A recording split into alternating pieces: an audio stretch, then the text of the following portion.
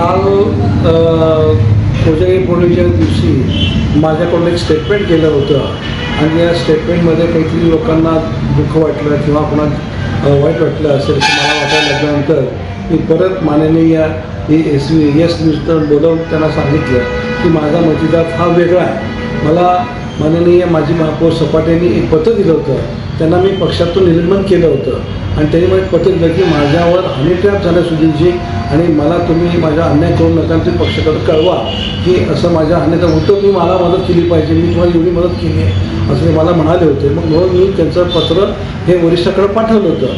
त्यांच्या निलंबनाची कारवाई किंवा काय असेल ते वरचे आमचे वरिष्ठ जे आहेत प्रदेश अध्यक्ष शशिकांत शिंदे किंवा शरद पवार साहेब बघतील. मात्र ह्याच्यामध्ये पत्र जे दिलं त्यांनी मला त्यात बरंचसं काही लिहिलं की हानी ट्रॅप आणि बलात्कार हे सुद्धा मी हे ॲक्च्युली न्यायप्रविष्ट असल्यामुळं मी बोलणं पण योग्य नाही असं मला वाटतं आहे. कारण की न्यायप्रविष्ट असताना माझ्यासारख्या एका अध्यक्षाने बोलणं पण योग्य नाही असं मला वाटलं. तर मी तो सुद्धा विषय आणलं की मी त्याबद्दल दिलगिरी व्यक्त केलेली आहे आणि जेव्हा ते होईल ते गुन्हा त्याचं काय आपल्याला देणं गेलं नाही. मात्र एक आहे की सपाटेंच्या गोष्टीबद्दल मी जाहीरपणे सांगितलं की मराठा समाजाच्या कुठल्याही एखाद्या माणसाचं समजा मन नाराज झालं असेल तर मी त्याबद्दल पण दिलगिरी व्यक्त करतो. कारण काय आहे की मला सगळ्याशी राहायचं आहे. मी समाजामध्ये मी स्वतःच त्या घरचा जावई आहे. माझी मिसेस ही मराठा समाजाची असल्यामुळे तिथला मी जावई आहे आणि मला नातेवाईकांनी सांभाळून घेतलं पाहिजे.